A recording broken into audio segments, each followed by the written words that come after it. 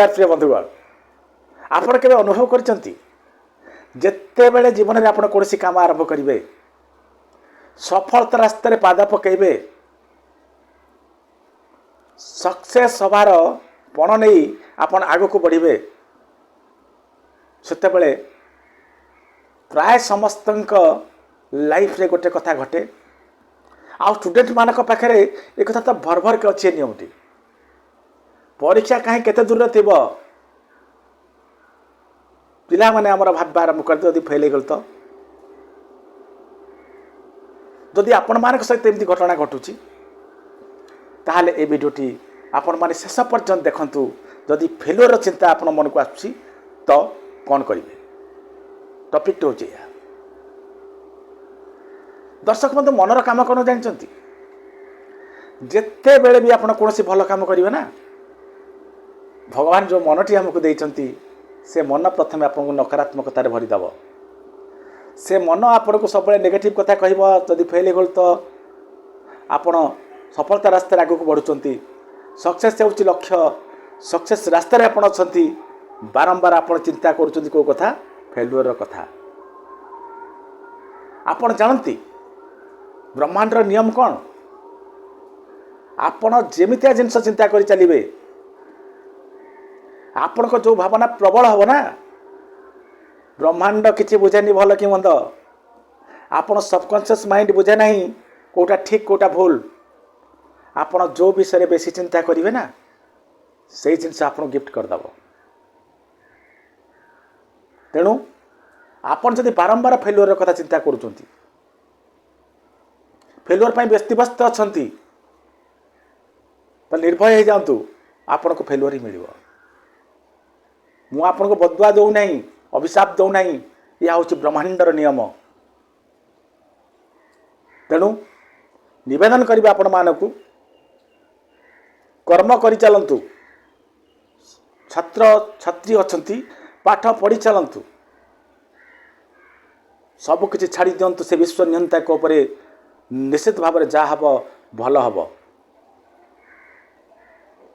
आउ जदि पूर्ण परिश्रम कला परे मध्य आपन को सफलता मिलूना आपण फेल हो जाउछंती ये आजिकल छुआ मान को देखी ये माने किछि किछि छुआ कौन कर जीवन नष्ट कर देबा को चेष्टा करुछंती बाप मैंने कहीं भौणी मैंने कहीं गोटे जिनस तुम परिश्रम कर फेल हो गल तो कौन वेद अशुद्ध हो गला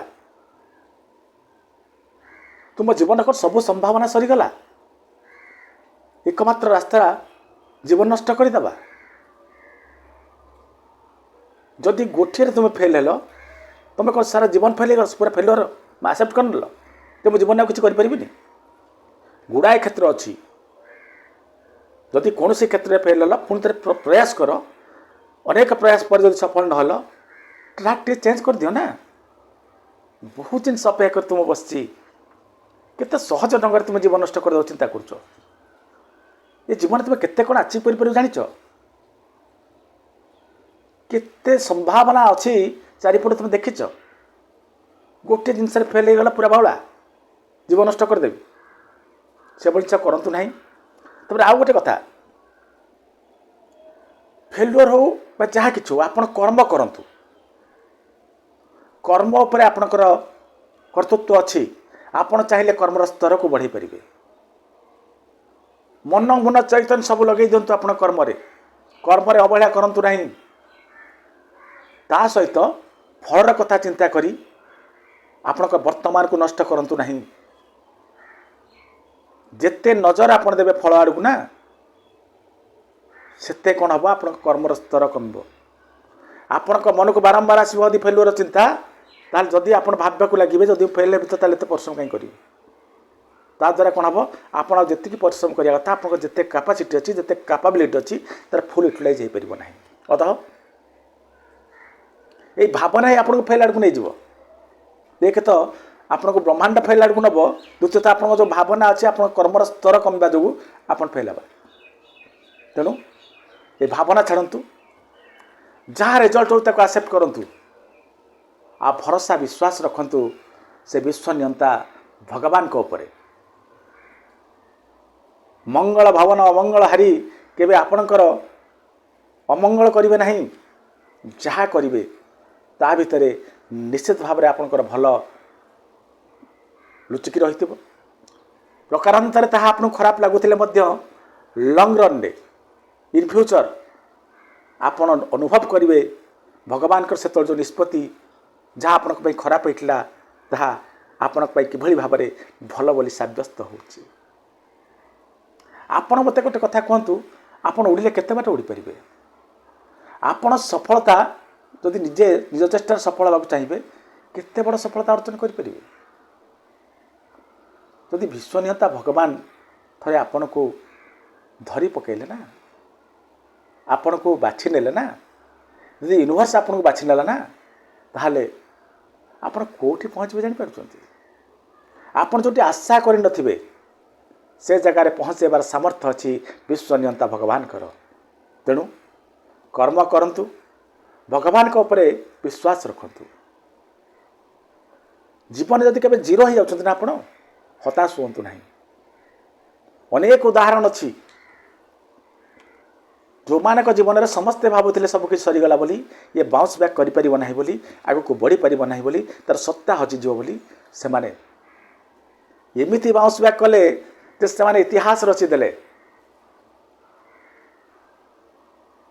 ବିଶ୍ୱାସ ହେଉନି ଆପଣଙ୍କର ନା? ଆଜି ମୁଁ ଆପଣମାନଙ୍କ ସାମ୍ନାରେ ପ୍ରେମାନନ୍ଦଜୀ ମହାରାଜଙ୍କର ଗୋଟେ ପ୍ରବଚନରେ ଏକ ଅଂଶ ବିଶେଷ ଗୋଟେ ସୁନ୍ଦର କାହାଣୀ କହୁଛି, ତାକୁ ଆପଣ ଶୁଣନ୍ତୁ। ଆପଣ ଜାଣିପାରିବେ ଯଦି ଭଗବାନ କାହାକୁ ଉଠାଇଲେ ତାହେଲେ କେତେ ବାଟ ପର୍ଯ୍ୟନ୍ତ ଉଠାଇ ପାରନ୍ତି। କେରଳର ଜଣେ ରଜା ଥିଲେ, ବହୁତ ଧର୍ମାତ୍ମା ରାଜା। ତାଙ୍କର ଦାନ ଧର୍ମ ବହୁତ ଥିଲା, ସବୁଆଡ଼େ ତାଙ୍କର ଜୟ ଜୟକାର ଥିଲା। ରଜାଙ୍କ ପାଖରେ ସବୁ ପ୍ରକାର କ୍ୱାଲିଟି ଭରି ଭରିକି ରହିଥିଲା। ଜଣେ ଭଲ ଯୋଦ୍ଧା, ଭଲ ରଜା, ସବୁକିଛି ଭଲ, ଦାନ ଧର୍ମ, ଭଗବାନ, ଈଶ୍ୱର ବିଶ୍ୱାସ ସବୁକିଛି ଥିଲେ। କ'ଣ ହେଇଛି, ତାର ଗୋଟେ ଦୁଃଖ ଥିଲା, କ'ଣ ଜାଣିଛନ୍ତି ନା? ପିଲାଟିଏ ନଥିଲା। ରଜା ସବୁବେଳେ ସେଇଥିପାଇଁ ଦୁଃଖିତ ଥିଲେ। ଭଗବାନଙ୍କୁ ବହୁତ ଡାକନ୍ତି, ପ୍ରଭୁ ମୋ ଡାକ ଶୁଣନ୍ତୁ, ମୋର କେହି ଆଉ ଦାୟଦ ନାହିଁ, ରାଜଗାଦିରେ କିଏ ବସିବ? ଏ ରାଜଗାଦି କ'ଣ ଚାଲିଯିବ? ଶେଷରେ କ'ଣ ହେଇଛି, ଭଗବାନଙ୍କ ଘର ଡେରି ହେଲେ ମଧ୍ୟ ଅନ୍ଧାର ନୁହେଁ ବୋଲି କୁହାଯାଏ, ଡେରି ହେତୁ ଅନ୍ଧାର ନେଇ। ଭଗବାନ ପ୍ରସନ୍ନ ହେଇଛନ୍ତି ଏବଂ ଏ ରଜାଙ୍କର ଗୋଟିଏ ପୁଅ ହେଇଛି। ପୁଅର ନାଁ ଚନ୍ଦ୍ରହାସ ଦିଆଯାଇଛି। ରଜା ବହୁତ ଖୁସି ଆନନ୍ଦରେ କରୁଛନ୍ତି, ବାଣ୍ଟିବା ଆରମ୍ଭ କରୁଛନ୍ତି। ଯାହା ଧନ ସମ୍ପତ୍ତି ଅଛି ପ୍ରଜାମାନଙ୍କୁ ଡାକି ବାଣ୍ଟୁଛନ୍ତି, ବ୍ରାହ୍ମଣମାନଙ୍କୁ ଦାନ କରୁଛନ୍ତି ଧନ ସମ୍ପତ୍ତି। ସମଗ୍ର ରାଜ୍ୟରେ ପୁରା ଗୋଟେ ଉତ୍ସବର ମାହୋଲ ଅଛି। ଏ ରଜାଙ୍କର ଗୁଡ଼ାଏ ଶତ୍ରୁ ଥିଲେ। ଶତ୍ରୁମାନେ କ'ଣ କହିଲେ, ଯେତେବେଳେ ରଜାଙ୍କର ଉତ୍ଥାନ ହେଉଛି ତାକୁ ଦେଖି ଜଳିଥିବା ରଜାମାନେ ଏକାଠି ହେଲେ। ସେମାନେ ମନେ ମନେ କଳ୍ପନା କଲେ, ଚିନ୍ତା କଲେ ଯେ ବର୍ତ୍ତମାନ ଏ ରଜା ଆନନ୍ଦ ମୁଖର ପରିବେଶ ଭିତରେ ଅଛି, ମୌଜ ମଜଲିସରେ ଅଛି। ତେଣୁ ଏ ହେଉଛି ପ୍ରକୃଷ୍ଟ ସମୟ, ତାକୁ ଯଦି ଆମେ ସମସ୍ତେ ମିଶି ତା ରାଜ୍ୟକୁ ଆକ୍ରମଣ କରନ୍ତେ, ସେ ପ୍ରସ୍ତୁତ ନଥିବ। ତେଣୁ ଆମେ ସହଜରେ ତାକୁ ହରାଇ ପାରନ୍ତେ ଏବଂ ଦରକାର ପଡ଼ିଲେ ତାକୁ ମାରି ଦେଇପାରନ୍ତେ। ଏମିତି ଏକ ଦୃଷ୍ଟ ଭାବନା ନେଇ ଏ 4-5 ଜଣ ରଜା ଆକ୍ରମଣ କରିଛନ୍ତି ଏ ଯେଉଁ କେରଳ ରାଜ୍ୟକୁ। ରଜା ପ୍ରସ୍ତୁତ ନାହାନ୍ତି। ରଜା ତ ଉତ୍ସବ ମୁଖର ପରିବେଶ ଭିତରେ ଆନନ୍ଦ ମଜଗୁଲ ଅଛନ୍ତି। ପ୍ରସ୍ତୁତ ନଥିଲେ ଯେତେ ଆପଣଙ୍କ ପାଖରେ ସାମର୍ଥ୍ୟ ଥାଉ ନା କାହିଁକି, ଆପଣ ହାରିବା ଥୟ। ପରୀକ୍ଷା ଆସୁଛି, ଯଦି ଆପଣ ବିନା ପ୍ରସ୍ତୁତ ହେଇ ପରୀକ୍ଷା ହଲକୁ ଗଲେ ଆପଣ କ'ଣ ହେବେ? ଫେଲ୍ ହେବେ ନା। ଠିକ୍ ସେମିତି ରଜାଙ୍କ କ୍ଷେତ୍ରରେ ହେଇଛି। କାରଣ କି ଜାଣିନାହାନ୍ତି, ହଠାତ୍ ଆକ୍ରମଣ ହେଇଛି ଏବଂ ଆକ୍ରମଣରେ ଯେଉଁ ଆକ୍ରମଣକାରୀ ରଜାମାନେ କ'ଣ କରିଛନ୍ତି, ପରାଜିତ ହେବା କଥା ହେଇଛନ୍ତି ଏ ରଜା। କାରଣ ସୈନ୍ୟ ସାମନ୍ତ ନେଇ ପହଞ୍ଚିଲା ବେଳକୁ ଅଲରେଡ଼ି ଫେଲ୍ ହେଇସାରିଛନ୍ତି, ଯୁଦ୍ଧ ହେଇନାହିଁ। ହଠାତ୍ ଆକ୍ରମଣ ହେଇଛି, ସିଧା ପହଞ୍ଚି ଯାଇଛନ୍ତି ରାଜନଗର ପାଖରେ ଏ ଶତ୍ରୁ ରାଜ୍ୟମାନେ। ରଜାଙ୍କୁ କିଛି ଖବର ନାହିଁ, ରଜା ହାରି ଯାଇଛନ୍ତି, କ'ଣ କରିବେ? କିଛି ତ କରିହେବନି। ୟାପରେ ଏ ରଜାମାନେ କ'ଣ କରିଛନ୍ତି, ଖୋଜି ଖୋଜିକି ଏଇ କେରଳ ରଜାଙ୍କୁ ମାରି ଦେଇଛନ୍ତି। ତାପରେ ଖୋଜା ଚାଲିଛି ରାଜ ପରିବାରରେ କିଏ ଆଉ ବଞ୍ଚିଲା, ଯିଏ ବଞ୍ଚିଲା ତାକୁ ଆମେ ମାରିଦେବା, ଯେମିତିକି ରାଜ୍ୟରେ ଆଉ କିଏ ରଜା ରହିବେ ନାହିଁ। ରାଣୀ ଦେଖିଲେ ମୁଁ ଏକୁଟିଆ ବଞ୍ଚିଛି। ରାଣୀ କ'ଣ କଲେ, ତାଙ୍କର ଗୋଟେ ଦାସୀର ଗୋଡ଼ ତଳେ ପଡ଼ିଗଲେ ଯେ ତୁ ଯାହା ହଉ ନା କାହିଁକି, ମୋର ଛୁଆଟି ଯେଉଁ ଚନ୍ଦ୍ରହାସ ତାକୁ ତୁ ବଞ୍ଚା। ଏ ଦାସୀଟି କ'ଣ କଲା, ଚତୁରତାର ସହିତ ଗୋଟେ ଟୋକେଇ ଭିତରେ କିଛି ପତ୍ର ଘୋଡ଼େଇଲା, ତା ତଳେ ରଖିଦେଲା। କାହାକୁ କହିଲେ? ଏଇ ଚନ୍ଦ୍ରହାସକୁ। ଦାସୀ ତ ବହୁତ ଚାଲାକ, ଟୋକେଇ ମୁଣ୍ଡେଇ ଦାସୀ ଯାଉଛି। ଏ ଯେଉଁ ରଜାମାନେ ଯେଉଁ ଆକ୍ରମଣ କଲେ ତାଙ୍କର ଲୋକମାନେ ପଚାରିଲେ କ'ଣ ନେଉଛୁ? ନା ଆଜ୍ଞା ଦେଖୁନାହାନ୍ତି, ମୁଁ ଖାଲି ଯେଉଁ ପତ୍ର ନେଇକି ଯାଉଛି। ଦେଖିଛନ୍ତି ସେମାନେ ପତ୍ର ଦେଖିଛନ୍ତି ଉପରେ, ଛୁଆଟି ବି କାନ୍ଦିନି, ଚନ୍ଦ୍ରହାସ ଶୋଇଛି, ଧରି ଚାଲିଛି। ସେ ଯାଇ କ'ଣ କରିଛି, ଯାଇକି ଆଉ ଗୋଟେ ରାଜ୍ୟରେ ପହଞ୍ଚିଛି। ସେଠି ବାଦଶାହ ରାଜ କରନ୍ତି। ବାଦଶାହଙ୍କର ଯେ ମନ୍ତ୍ରୀ, ତାଙ୍କ ନାଁ ହେଉଛି ଦୃଷ୍ଟବୁଦ୍ଧି। ସେ ଦୃଷ୍ଟବୁଦ୍ଧିଙ୍କ ଘରେ ଯାଇ ପହଞ୍ଚାଇଛି। ପାଖ ରାଜ୍ୟର ଯେଉଁ ବାଦଶାହ, ତାଙ୍କର ମନ୍ତ୍ରୀ ନାଁ ହେଉଛି ଦୃଷ୍ଟବୁଦ୍ଧି। ଦୃଷ୍ଟବୁଦ୍ଧି ଘରେ ଯାଇ ପହଞ୍ଚି ଯାଇଛି ଏବଂ ତାଙ୍କ ଆଗରେ ମିଛ କହିନି, ସତ କଥା କହିଛି ଯେ ମୁଁ କେରଳରୁ ଆସିଛି, କେରଳ ରଜାଙ୍କର ଦାସୀ, ଏମିତି ଆମ ରାଜ୍ୟ ନଷ୍ଟ ହୋଇଗଲା, ଅନ୍ୟମାନେ ଇଏ କଲେ, ମୁଁ ଏଇ ଛୁଆଟି ସହିତ ମୋର ଛୁଆ। ଆଉ ଏଠି କହିନି ଯେ କେରଳ ରଜାଙ୍କ ପୁଅ ଇଏ ବୋଲି, କହିଛି ମୋର ଏ ପୁଅଟିକୁ ନେଇକି ମୁଁ ଆପଣଙ୍କ ଘରେ ରହିବାକୁ ଚାହୁଁଛି, ଆପଣ ମୋତେ ଟିକେ ସୁଯୋଗ ଦିଅନ୍ତୁ ଆପଣଙ୍କ ଘରେ ରହିବା ପାଇଁ, ମୋ ଛୁଆଟିକୁ ପାଳାଏ। এই চন্দ্র যে দৃষ্টবুদ্ধি জন মন্ত্রী জন কম করছে, বহুত পরীক্ষা নিরীক্ষা করছেন যে প্রকৃত দাসী কেমিয়া, দাসী বুদ্ধিরে এই পারঙ্গম লা, সফল হয়েছি এবং আঙ্ক ঘরে রয়েছে। কিছু দিন যাইছি, কিছু বর্ষ বিতিছি, প্রায় 4-5 বর্ষ হব। তাঁর গোটিয়ে এই যে দৃষ্টবুদ্ধি যে মন্ত্রী, তার গোটে ঝিওটিয়ে হয়েছে। ঝিওটির না দিয়া হয়েছে বিଷୟା। ভালো কি মনে রাখুন, বিଷୟା। জীবন কেমন পরিবর্তিত হুয়ে সে বিষয়ে কହୁଛି, ଯାହା ପ୍ରେମରାଜଜୀ ମହାରାଜ କହିଥିଲେ, ପ୍ରେମାନନ୍ଦଜୀ ମହାରାଜ କହିଥିଲେ। ତାପରେ ଏଠୁ କ'ଣ ଦାସୀ କ'ଣ କରିଛି, ଏ ସମୟରେ ବହୁତ ଲୋକଙ୍କୁ ଡକାଯାଇଛି। ସେ ଯେଉଁ ତାର ଯେଉଁ ଜନ୍ମଦିନ ହେଇଛି, ପ୍ରଥମ ବାର୍ଷିକୀ ଜନ୍ମଦିନ, ନାମକରଣ ସରିଛି ବିଷୟା, ତାର ଯେଉଁ ବାର୍ଷିକ ଉତ୍ସବ, ବାର୍ଷିକୀ, ବହୁତ ଲୋକ ଆସିଛନ୍ତି, ବିଦ୍ୱାନମାନେ ଆସିଛନ୍ତି, ଜ୍ୟୋତିଷମାନେ ଆସିଛନ୍ତି। ଏ ଦୁଷ୍ଟବୁଦ୍ଧି ପଚାରିଛନ୍ତି ମୋ ଝିଅର ଭବିଷ୍ୟତ କ'ଣ। ଜ୍ୟୋତିଷ କ'ଣ କରିଛନ୍ତି, ଦେଖିଛନ୍ତି ଝିଅର ହାତକୁ। ସେ ସମୟରେ ଯେଉଁ ପିଲାଟି ଖେଳୁଥିଲା ଚନ୍ଦ୍ରହାସକୁ ଅନେଇଛନ୍ତି ଏବଂ ଯାହା ଯାହା ଗୁଣ ଇଯାକୁ ବାହା ହେବ, ଯେଉଁ ଗୁଣ ମିଶୁଛି, ସେ ଦେଖିଛନ୍ତି ଯେ ଚନ୍ଦ୍ରହାସ ପାଖରେ ସେ ଗୁଣ ଗୁଡ଼ିକ ଅଛି। ଦାସୀପୁତ୍ର ଚନ୍ଦ୍ରହାସ, ଏଠି ସେ ଦାସୀ ବନିଛନ୍ତି। କେରଳ ରଜାଙ୍କ ପୁଅ ବର୍ତ୍ତମାନ ଦାସୀ ବନି ଖେଳୁଛନ୍ତି କେଉଁଠି? ଏ ଦୁଷ୍ଟବୁଦ୍ଧି ମନ୍ତ୍ରୀଙ୍କ ଘରେ। ଏବଂ ଦାସୀପୁତ୍ର ହେଉଛି ତାଙ୍କର ବର୍ତ୍ତମାନ ପରିଚୟ। ସେ କହିଛନ୍ତି ଏଇ ଯେଉଁ ପିଲାଟି ନୁହଁ, ଖେଳୁନାହିଁ, ଏ ଝିଅଟି ଭବିଷ୍ୟତରେ ଏଇ ପୁଅକୁ ବାହା ହେବ। ଦୃଷ୍ଟବୁଦ୍ଧିକୁ ଏକଥା ଭାରି ଅପମାନ ବୋଧ ହୋଇଛି। ସେ ଭାବିଛି ଯେ ପ୍ରାରବ୍ଧରେ ଅଛି ମାନେ ନିଶ୍ଚିତ ଭାବରେ ଏଇ ଯେଉଁ ଦାସୀପୁତ୍ରଟି ମୋ ଝିଅକୁ ବାହା ହେବ, ତେଣୁ ମୁଁ ଆକୁ ବଞ୍ଚିବାକୁ ଦେବିନି। ଚୁପଚାପ କ'ଣ କରିଛି, କାହାକୁ କିଛି କହିନି, ଜହ୍ଲାଦ ଡାକିଛି, କହିଛି ଚୁପଚାପ ଯାଇକି ଏ ପିଲାଟିକୁ ନିଅ ଚନ୍ଦ୍ରହାସକୁ, ଆକୁ ନେଇକି ଜଙ୍ଗଲ ଭିତରେ ମାରିଦିଅ। ତା ଭିତରେ କ'ଣ ହେଇଛି, ଜହ୍ଲାଦ ମାନେ କ'ଣ କରିଛନ୍ତି, ଚନ୍ଦ୍ରହାସକୁ ନେଇଯାଇଛନ୍ତି କେଉଁଠି ଜଙ୍ଗଲ ଭିତରକୁ। ଜହ୍ଲାଦ ମାନେ ପଚାରି, ଜାଣିଛ ଚନ୍ଦ୍ରହାସ ତୁମକୁ ଆମେ ଏଠି କାହିଁକି ଆଣିଛୁ? ଚନ୍ଦ୍ରହାସ ଛୋଟ ଛୁଆ, ସେ କାହିଁକି କ'ଣ ଜାଣିବ? ସେ କହିଲେ ନା ମୁଁ ଜାଣିନି, ନା ମୋତେ ତୁମକୁ ମାରିଦେବୁ, ଆମେ ମାରିବାକୁ ଆଣିଛୁ। ଚନ୍ଦ୍ରହାସ କହିଛି ମୁଁ ତ କିଛି ଭୁଲ କରିନାହିଁ, ମୋତେ ଆପଣମାନେ ମାରିବେ କାହିଁକି? ମୁଁ କ'ଣ ଭୁଲ କରିଛି?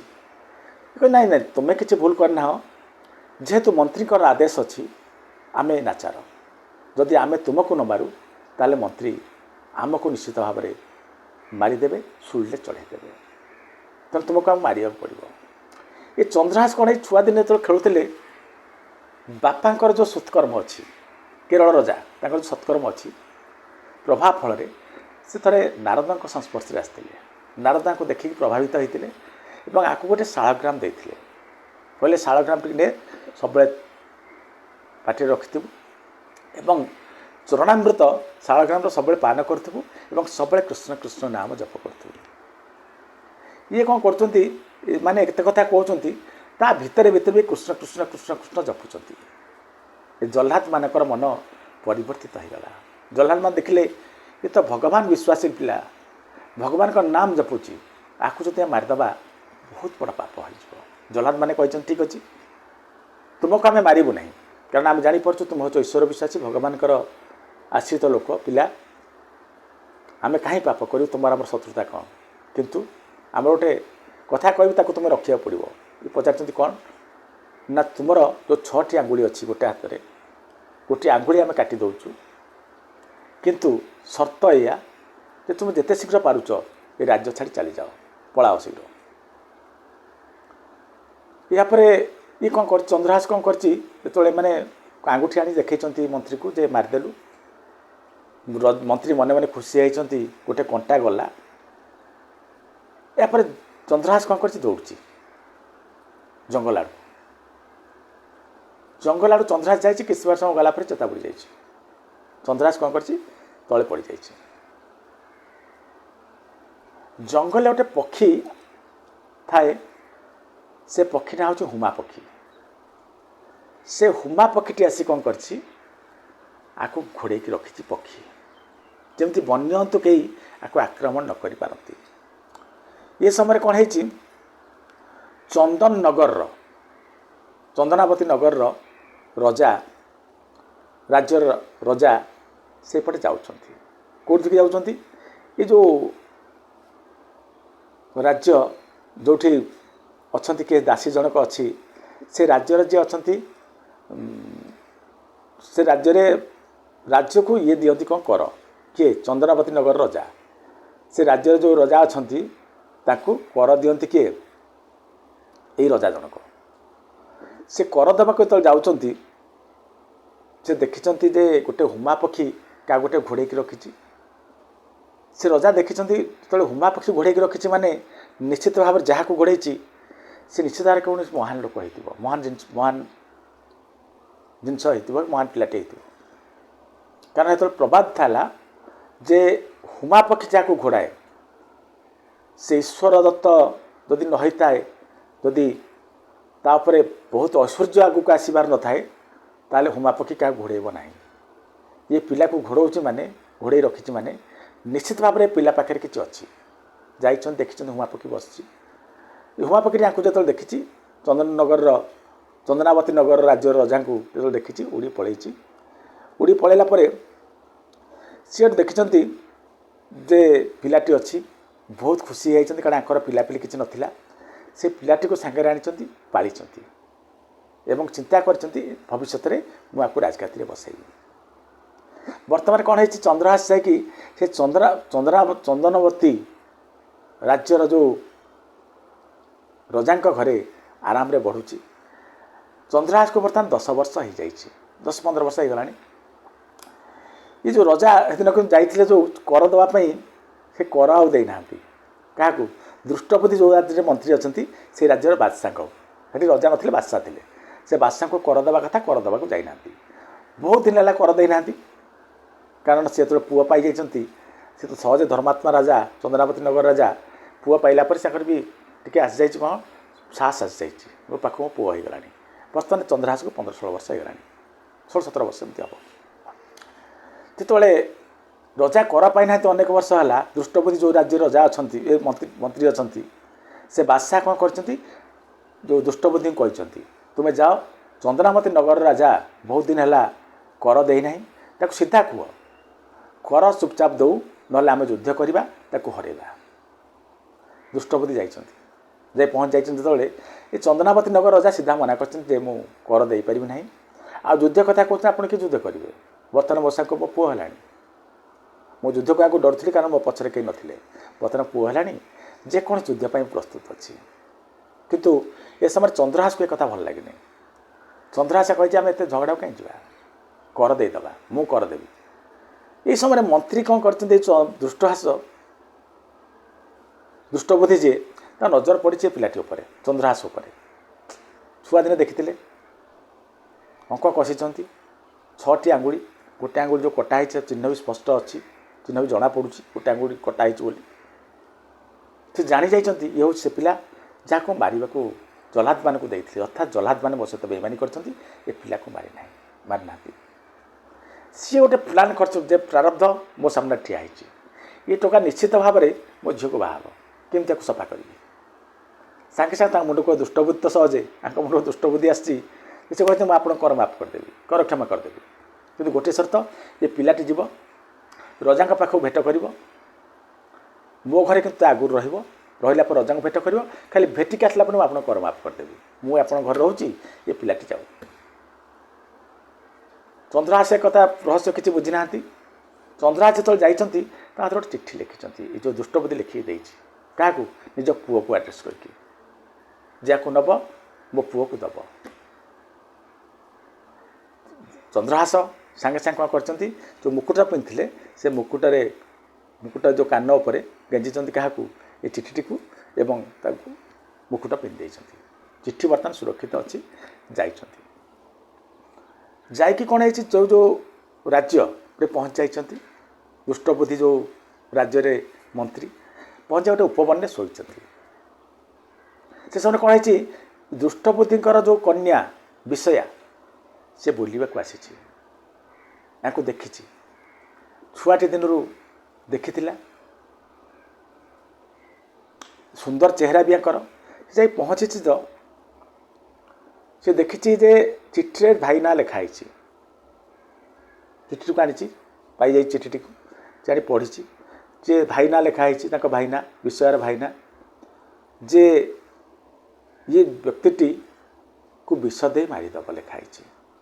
ଏ ବ୍ୟକ୍ତିଟିକୁ ବା ପତ୍ରବାହକକୁ ବିଷ ଦେଇ ମାରିଦେବୁ ସାଙ୍ଗେ ସାଙ୍ଗେ ମାରିଦେବୁ।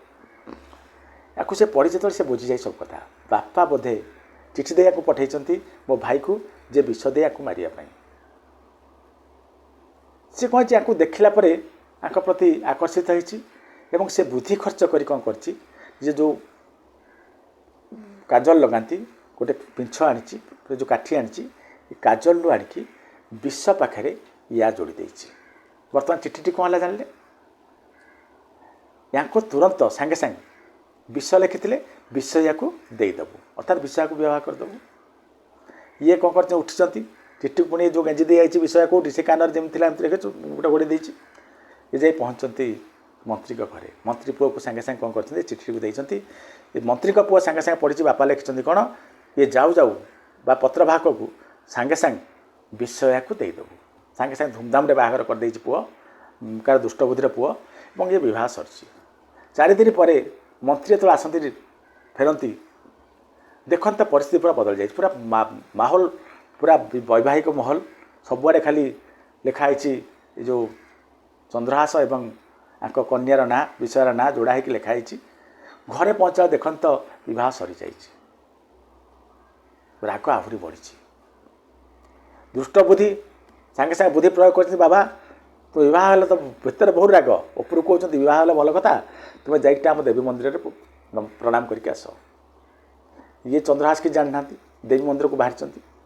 ସିଆଡ଼େ 4 ଜଣ ଜହ୍ଲାଦଙ୍କୁ ଠିକ୍ କରି ରଖିଛନ୍ତି ଯିଏ ମନ୍ଦିର ଭିତରକୁ ଯିବ କିଛି ନ ଦେଖି ତୁମେ ତାକୁ ହତ୍ୟା କରିଦେବ ମାରିଦେବ। ଇଏ ଯାଉଛନ୍ତି ଚନ୍ଦ୍ରହାସ ଜାଣିନାହାନ୍ତି ତ ଈଶ୍ୱର ଭଗବାନଙ୍କ ଭକ୍ତ ଇଏ ଯାଉଛନ୍ତି। ଯେତେବେଳେ ଯାଉଛନ୍ତି ହଠାତ୍ କ'ଣ ହେଇଛି ଯେଉଁ ରାଜ୍ୟରେ ଦୁଷ୍ଟବୁଦ୍ଧି ମନ୍ତ୍ରୀ ସେ ରାଜ୍ୟର ଯେଉଁ ବାଦଶାହ ତାଙ୍କୁ ଜ୍ୟୋତିଷମାନେ କହିଛନ୍ତି ବର୍ତ୍ତମାନ ଆପଣଙ୍କର ସମୟ ଭଲ ନାହିଁ ଯଦି ଆପଣ ରାଜ୍ୟରେ ଆଉ କିଛି ଦିନ ପାଇଁ ଏ ବାଦଶାହୀ ରହନ୍ତି ତ ରାଜ୍ୟ ଦୁର୍ଭିକ୍ଷ ପଡ଼ିବ ପ୍ରଜା ମରିବେ ଦରକାର ପଡ଼ିଲେ ଆପଣଙ୍କର ମୃତ୍ୟୁ ମଧ୍ୟ ହୋଇପାରେ ତେଣୁ କିଛି ଦିନ ପାଇଁ ଆପଣ କାହାକୁ ଗୋଟେ ରଜା କରିଦିଅନ୍ତୁ। ଏ କଥା କ'ଣ ହେଉଛି ଦୁଷ୍ଟବୁଦ୍ଧିର ପୁଅ ମଧ୍ୟ ଶୁଣୁଥିଲା। ଦୁଷ୍ଟବୁଦ୍ଧିର ପୁଅ କହିଲା ମୋର ଜଣେ ଭିଣେଇ ଅଛନ୍ତି ଦେଖିବାକୁ ବହୁତ ସୁନ୍ଦର ସିଏ ଜଣେ ରଜାଙ୍କର ପୁତ୍ର ବୁଝିଲେ ସବୁ କଥା କହିଛନ୍ତି। କହିଲା ପରେ ସାଙ୍ଗେ ସାଙ୍ଗେ ସେ ବାଦଶାହ କହିଛି ତାଙ୍କୁ ଯାଇ ଡାକି ଆଣ ତାଙ୍କୁ ଏଠି ରାଜା କରିଦେବା। ଇଏ ଦୌଡ଼ୁଛନ୍ତି ଦେଖୁଛନ୍ତି ଚନ୍ଦ୍ରହାସ ଯାଉଛନ୍ତି ମନ୍ଦିରକୁ କହୁଛନ୍ତି ମୁଁ ମନ୍ଦିର ଯାଉଛି ଦେବୀ ପୂଜନ ପାଇଁ ନା ଦେବୀ ପୂଜନ କଥା ମୁଁ ବୁଝିବି ମୁଁ ଯାଉ ଦେବୀ ପୂଜନ କରିଦେବି ତୁମେ ଯାଅ ରଜାଙ୍କୁ ବାଦଶାହଙ୍କୁ ଭେଟ କର। ଇଏ ଯାଇଛନ୍ତି ବାଦଶାହଙ୍କୁ ଭେଟ କରିବା ପାଇଁ ଏବଂ ବାଦଶାହ କ'ଣ କରିଛନ୍ତି ସାଙ୍ଗେ ସାଙ୍ଗେ ତାଙ୍କ ମୁକୁଟଟି ଦେଇଛନ୍ତି ଏବଂ ତାଙ୍କୁ ବାଦଶାହ ରୂପେ ଅଭିଷିକ୍ତ କରିଦେଇଛନ୍ତି ଏବଂ ଦୁଷ୍ଟବୁଦ୍ଧିକୁ ଖବର ଦେଇଛନ୍ତି ଯେ ନୂଆ ବାଦଶାହଙ୍କୁ ସ୍ୱାଗତ କରିବାକୁ ଆସ। ଏ ଯେତେବେଳେ ଏ ମନ୍ତ୍ରୀ ଦୁଷ୍ଟବୁଦ୍ଧି ଯାଇ ଦେଖେ ଏ ଯେଉଁ ଚନ୍ଦ୍ରହାସ ସିଏ ବର୍ତ୍ତମାନ ବାଦଶାହ ବନିସାରିଛନ୍ତି ଏବଂ ସେ ପଚାରିଛନ୍ତି ତୁମେ ତ ବାଦଶାହ ବଣିଲ ତାର ଦେବୀ ପୂଜନକୁ ଗଲ ନାହିଁ। ଦେବୀ ପୂଜନ ପାଇଁ ମୁଁ ଗଲି କ'ଣ ମୋତେ ତ ଆପଣଙ୍କ ପୁଅ ମୋତେ ଯାଇ କହିଲେ ଯେ ତୁମେ ଯାଅ ଡାକୁଛନ୍ତି ତୁମକୁ ବାଦଶାହ ଡାକୁଛନ୍ତି ତାଙ୍କୁ ଭେଟ କର ପୂଜାପୂଜି କଥା ମୁଁ ବୁଝିବି ଆପଣଙ୍କ ପୁଅ ପୂଜା ପାଇଁ ଯାଇଛନ୍ତି। ମନ୍ତ୍ରୀ ଦୌଡ଼ୁଛନ୍ତି କେଉଁଠିକି ଦେବୀ ମନ୍ଦିରକୁ କାରଣ ଜହ୍ଲାଦକୁ କହିଛନ୍ତି ଯିଏ ଆସିବ ତାକୁ ମାରିଦେବ। ମନ୍ତ୍ରୀ ଯେତେବେଳେ ଯାଇ ପହଞ୍ଚନ୍ତି ସେତେବେଳେ ସବୁ ଶେଷ। ଦେଖିଲେ ଦର୍ଶକ ବନ୍ଧୁ ଏକ ସମୟ ଥିଲା ଚନ୍ଦ୍ରହାସ ଜୀବନରେ କିଛି ନଥିଲା ସବୁ ବର୍ବାଦ ହୋଇଯାଇଥିଲା କିନ୍ତୁ ଗୋଟିଏ ଜିନିଷ ଥିଲା ଈଶ୍ୱରଙ୍କ ଉପରେ ଭରସା ଓ ବିଶ୍ୱାସ। ईश्वर धरिने चंद्रहास को केते केते विपद रक्षा कले कोठी कोठी पहुँचेदेले तेणु से भरोसा विश्वास टिकक भगवान को ऊपर रखंतु फेल्युअर चिंता छाड़तु आग को बढ़ंतु। रहुची नमस्कार।